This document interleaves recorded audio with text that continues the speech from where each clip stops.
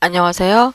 오늘은 CSS3에 있는 변형, 트랜스폼에 대해서 알아보도록 하겠습니다.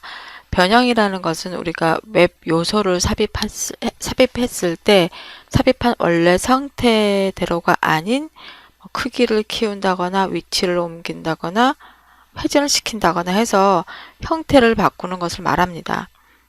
이때 변형에는 2차원 변형과 3차원 변형이 있는데요. 2차원 변형이라는 것은 수직이나 수평, 평면적인 요소들만 바뀌는 것을 말합니다. 그러니까 지금 이 좌표를 보시면 0,0은 꼭지점이에요. 그러니까 여기 텍스트 들어가면 텍스트 상자의 왼쪽 윗부분, 이미지가 들어간다면 이미지의 왼쪽 윗부분을 말하는 거고요. X는 수평 방향, Y는 수직 방향으로 크기를 키운다거나 옮긴다거나 그런 변형이 일어나는 것을 말합니다. 수평 방향에서는 오른쪽으로 갈수록 양수값이고요. 수직 방향에서는 아래로 갈수록 양수값입니다. 3차원 변형이라는 것은 수평이나 수직 외에 앞뒤로 움직일 수 있는 축이 있다라고 생각을 하고 그것을 Z축이라고 보는 것입니다. 이 Z값 값은 앞뒤로 옮기는 값은 보는 사람 쪽으로 점점 다가올 때 플러스 값이고요. 뒤로 갈수록 마이너스 값이 됩니다. 지금 이 하얀색 박스 안에 들어있는 좌표 형태는 W3C에서 제공하는 형태인데요.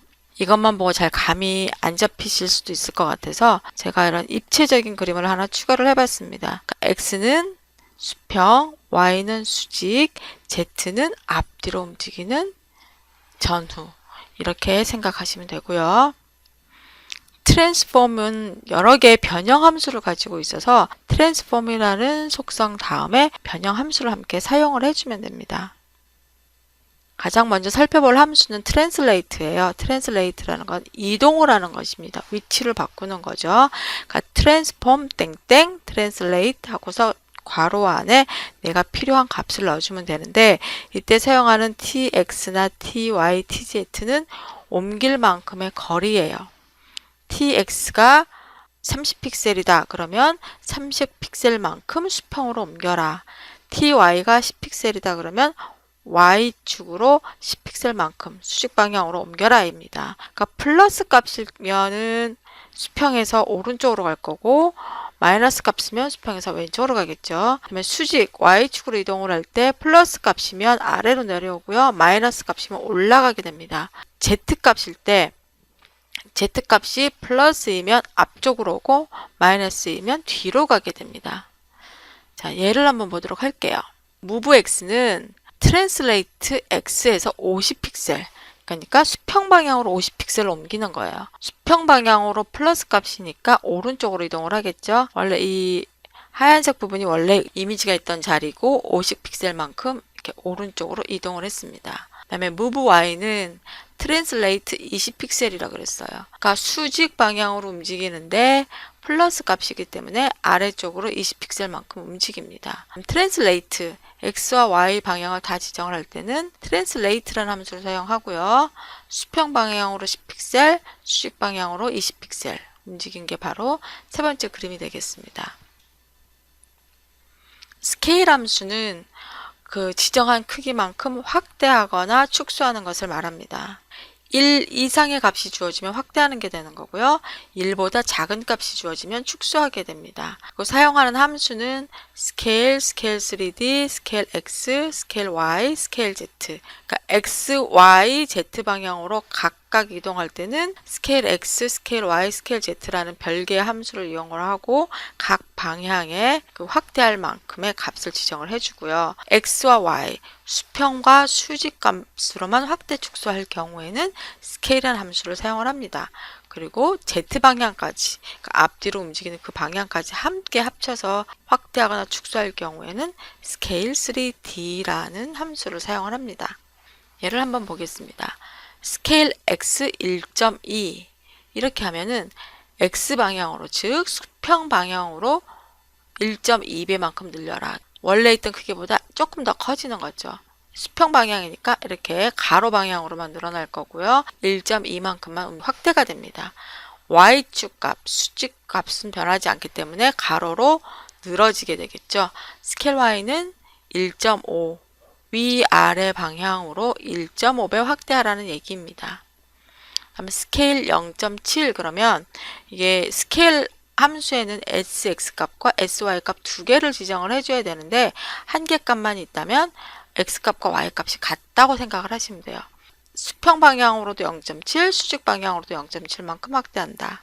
이 말은 무슨 말이냐면 수평과 수직 방향으로 모두 원래 크기의 70% 정도 되게끔 축소하라는 얘기가 되겠습니다. 그래서 3번 그림과 같이 되겠죠. 자, 로테이트 함수는 회전시키는 거예요. 회전할 때 이 로테이트 다음에 각도 값을 넣어서 얼마만큼 회전할 것인지 지정할 수가 있는데요. 양수 값이면 시계 방향으로 돌아가고요. 음수 값이면 시계 반대 방향 이렇게 돌아가게 됩니다. 그리고 이 각도 값은 일반적인 디그리 몇 도 할 때 각도 값을 사용하거나 아니면 레디안 값을 사용합니다. 레디안 값은 180분의 1이 1레디안이에요. 그러니까 내가 지정한 값을 레디안으로 바꾸고 싶으면 그 각도 값을 180도로 나누면 됩니다. 자, 예를 한번 보겠습니다. Transform Rotate 20° 그랬으니까 양수 값이기 때문에 시계 방향 이렇게 시계 방향으로 20도만큼 회전을 합니다. 밑에 것은 Rotate 마이너스 40° 그랬기 때문에 시계 반대 방향 왼쪽으로 이렇게 돌겠죠? 반대 방향으로 40도만큼 이동한 그림입니다. 이동한 게 아니라 회전한 거네요. 네, 이제 3차원 회전을 한번 보도록 할게요. 앞에 살펴본 것은 그냥 2차원의 평면에서 시계 방향으로 돌리거나 시계 반대 방향으로 돌리는 것이었지만 이제는 3차원을 한번 돌려보겠습니다. 3차원이라는 건 X축, Y축, Z축에 따라서 회전시킬 수 있는 걸 말하는 거예요. 이 왼쪽에 있는 좌표값을 먼저 봐주세요. X축, 즉 수평축을 기준으로 회전을 할 때 양수값이면 오른쪽 시계 방향으로 이렇게 돌아갑니다. 다음 Y축일 경우에는 양수값이 주어지고 각도, 회전 각도가 양수값이 주어지면 이렇게 우리가 말할 때는 시계 반대 방향이라 그러겠죠. 시계 반대 방향으로 이렇게 돌아갑니다. Z축으로 주어졌을 때는 뒤에서 앞으로 와 있는 그 축을 기준으로 회전을 할 때는 양수값이 주어졌을 때 이 방향으로 회전을 합니다. 자, 그러면 예를 한번 보도록 할게요. 첫 번째 로테이트 X라고 지정한 이미지는 X축 방향, 즉 수평 방향으로 45도 회전하라고 했습니다. 45도 이렇게 앞에서 뒤로 넘기는 방향이겠죠. 45도 양수값이니까. 그리고 이렇게 그림이 좀 입체적으로 보이는 것은 제가 이 예제를 좀 더 눈에 띄게 만들기 위해서 여기 퍼스펙티브라는 속성값을 지정을 해줬기 때문에 그렇고요. 여러분이 책이나 뭐 노트나 이렇게 사각형의 박스 모델 형태를 떠올릴 수 있는 사각형의 물건을 들고 한번 회전을 시켜보세요. 그럼 저런 식으로 보일 것입니다. 로테이트 Y가 45도다. 그럼 Y축 방향으로 수직 방향에서 Y축 방향으로 45도 돌아가는 거예요. 양수값일 경우에는 이런 방향으로 돈다 그랬죠. 자, 이 그림을 이렇게 돌리면 원근감을 줘서 앞쪽이 좀 커 보이는 걸 아실 수가 있습니다. 그럼 이번엔 스큐 함수예요. 스큐 함수는 이제 비튼다, 당긴다 이렇게 생각을 하시면 돼요. 자, 스큐 X 그러면 X축을 따라서 당긴다. 여러분이 노트를 이렇게 양손에 들고 X축을 따라서 비틀어 보세요. 그러니까 당겨 보세요. 그러니까 수평 축을 기준으로 위아래로 당기는 게 X축을 따라서 비트는 것입니다. 그 다음에 스큐 Y는 노트를 들고 왼손이 앞으로 오거나 오른손이 앞으로 오거나 이렇게 해서 Y축 방향을 기준으로 당기는 것이 스큐 Y입니다. 그냥 스큐라는 함수만 사용하면 X축과 Y축 양쪽을 다 따라서 당기는 게 되겠죠. 한번 스큐 X는 어떻게 바뀌는 건지 한번 각도에 따라서 어떻게 달라지는지 보도록 할게요. 스큐 X라는 것은 원래 이렇게 까만색 실선으로 표시된 만큼의 이미지가 있었을 때 30도만큼 당겨라, 비틀어라. 그러면은 이 왼쪽 윗부분과 오른쪽 아랫부분을 잡고 30도만큼 비틀면 돼요. 마이너스 30도일 경우는 반대로 왼쪽 아랫부분과 위쪽 오른쪽 부분을 잡고서 30도만큼 비틀면 됩니다. 각도 값은 그림에 표시가 되어 있죠. 자, 지금까지 트랜스폼 속성에 있는 여러 가지 변형 함수들을 살펴봤고요. 트랜스폼과 관련된 몇 가지 속성을 좀 더 살펴보도록 하겠습니다. 트랜스폼 오리진입니다. 트랜스폼 오리진이라는 것은 변형을 시킬 때 기준을 어디로 잡을까 하는 것이에요.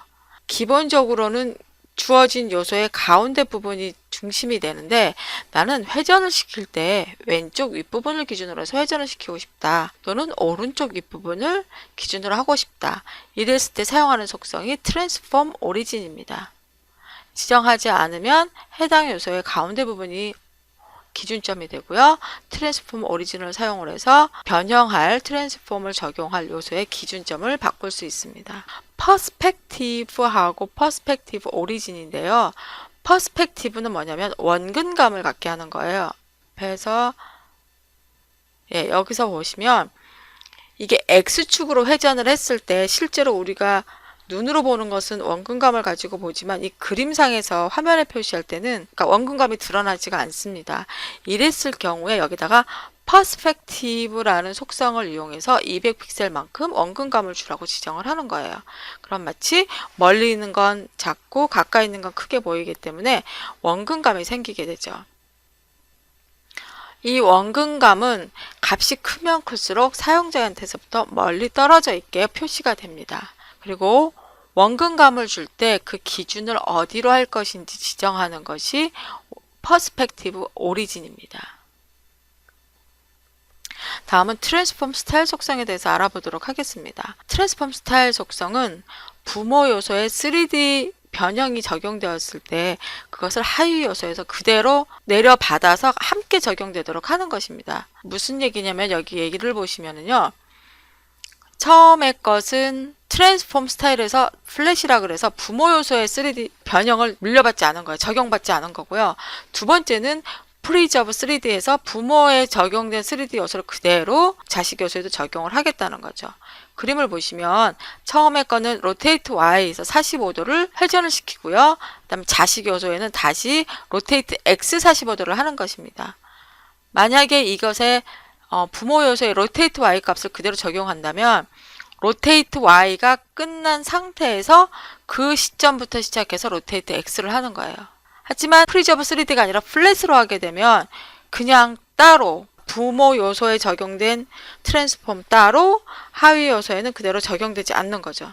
로테이트 X는 로테이트 X대로, 로테이트 Y는 로테이트 Y대로 따로 놀게 되는 것입니다. 근데 프리저브 3D라고 하게 되면 부모에 적용된 변형이 하위 요소에도 그대로 함께 적용된다는 뜻입니다.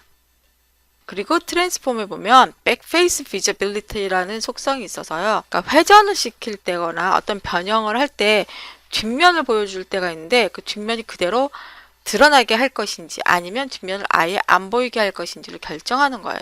백페이스 비저빌리티를 히든으로 하게 되면 지금 회전하는 동안에 뒷면이 아예 안 보이지만 백페이스 비저빌리티를 비저블이라고 하게 되면은 회전하는 동안 원래는 백이라는 BACK라는 글자였잖아요. 뒷면이 회전하는 동안 그대로 다 드러나게 됩니다.